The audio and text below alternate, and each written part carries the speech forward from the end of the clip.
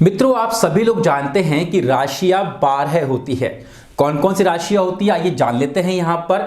मित्रों, सबसे पहले आपकी राशि होती है मेष, इसको समझेंगे। दूसरी वृषभ, तीसरी मिथुन, चौथी कर्क, पांचवी सिंह, छठी कन्या, सातवीं तुला, आठवीं वृश्चिक, नौवीं धनु, 10वीं कुंभ, 11वीं मकर और 12वीं राशि होती है आपकी मीन।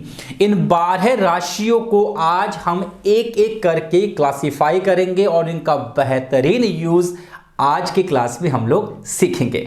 चलिए शुरुआत करते हैं सबसे पहले मेष राशि के साथ में। मित्रों, सबसे पहले बात करते हैं कि मेष राशि की जो कैरेक्टरिस्टिक्स है वह क्या क्या होती है, आइए जानते हैं। आप सभी लोग जानते हैं कि मेष राशि का जो मालिक होता है वो मंगल ग्रह होता है। मंगल ग्रह में बहुत ऊर्जा होती है, बहुत एनर्जी होती है, बहुत पैशन होता है, तो मेष राशि में भी वह सारे गुणधर्म आने वाले हैं। इसके अलावा जो आपकी मेष राशि है उसका तत्व जो है वह फायर एलिमेंट होता है, यानी अग्नि तत्व होता है। और अग्नि के जितने भी गुणधर्म होते हैं वह सब मेष राशि वालों में पाए जाते हैं, जो मैंने आपको पीछे बता दिए हैं। फॉर एग्जाम्पल, अग्नि जो होती है वह बहुत जल्दी अपना काम करती है, जो भी उसमें आता है फटाफट से स्वाहा हो जाता है। तो मेष राशि वाले लोग जो है काम को जल्दबाजी में करने वाले लोग होते हैं। इसके अलावा जो अग्नि होती है वह तत्वों में सबसे ज्यादा प्योर होती है।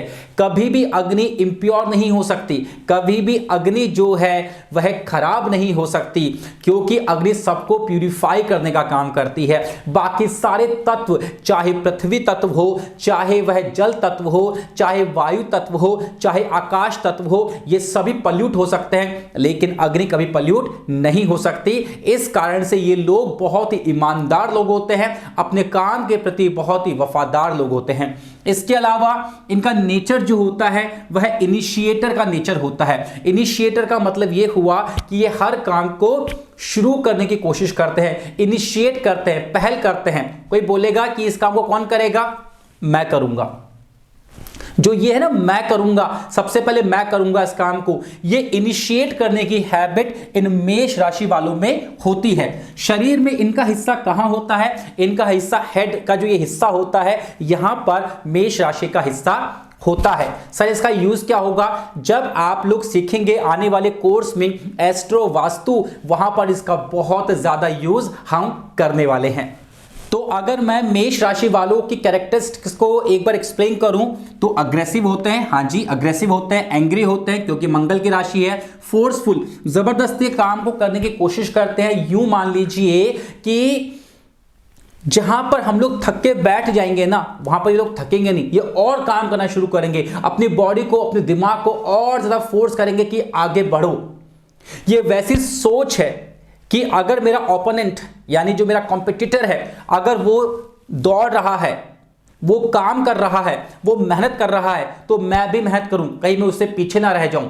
लेकिन जब वह आराम कर रहा है तब भी मैं मेहनत कर रहा हूं, क्योंकि मैं उससे इतना आगे निकल जाना चाहता हूं कि कभी वो मुझे बीट ही ना कर सके। इस तरीके की विल पावर जो होती है वह मेष राशि वालों में होती है।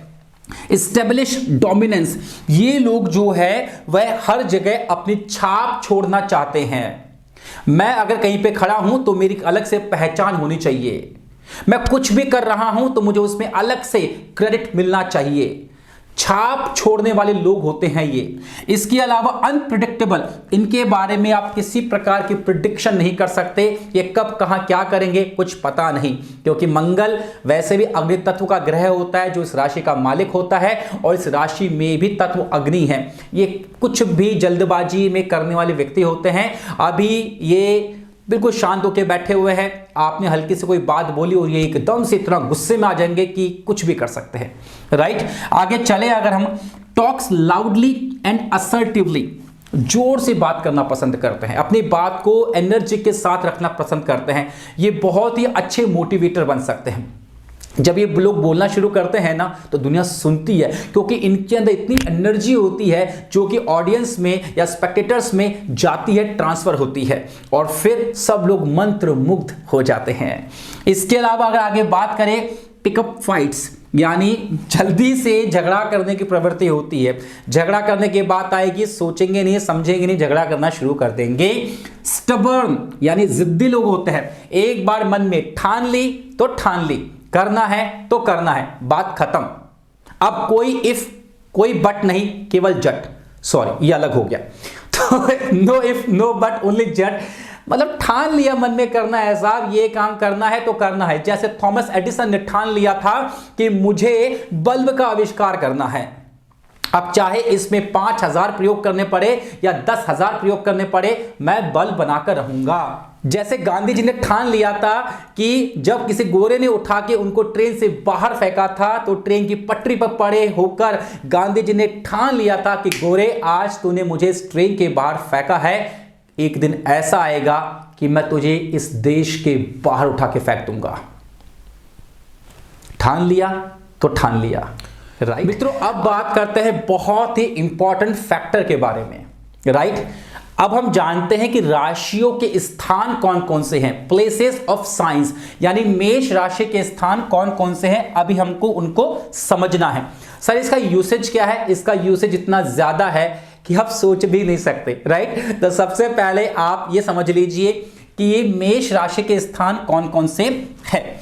देखिए मित्रों, मेष राशि के वे सभी स्थान होते हैं जहां पर इमरजेंसी सर्विसेज होती है। फॉर एग्जांपल पुलिस स्टेशन, तो जो पुलिस स्टेशन है वह भी आपकी मेष राशि में आएगा क्योंकि वो इमरजेंसी सर्विसेज होती है। इसके अलावा अगर अपन बात करें फायर ब्रिगेड जो होती है, आग कहीं लगेगी तो तुरंत भाग के जाना पड़ेगा, आग बुझानी पड़ेगी, और अगर देरी की तो नुकसान पता नहीं कहां से कहां तक हो जाएगा। इसके अलावा एम्बुलेंस सर्विसेज जो होती है वह भी आपकी इमरजेंसी में काउंट होती है क्योंकि अगर किसी व्यक्ति का एक्सीडेंट हो गया और अगर टाइम पर एम्बुलेंस नहीं पहुंची तो व्यक्ति वहीं पर धराशायी भी हो सकता है। इसके अलावा जो भी इंडस्ट्रियल एरियाज होते हैं, इंडस्ट्रियल एरिया जैसे रिको, जैसे मैं जयपुर राजस्थान में रहता हूं तो यहां पे रिको इंडस्ट्रियल एरिया है, खैर वह तो पूरे हिंदुस्तान में ही है, तो जहां पर इंडस्ट्रियल एरियाज होंगे वह स्थान भी मेष राशि में ही काउंट होगा। इसके अलावा जो भी अस्पताल का, हॉस्पिटल का इमरजेंसी वार्ड होता है, जनरल वार्ड नहीं,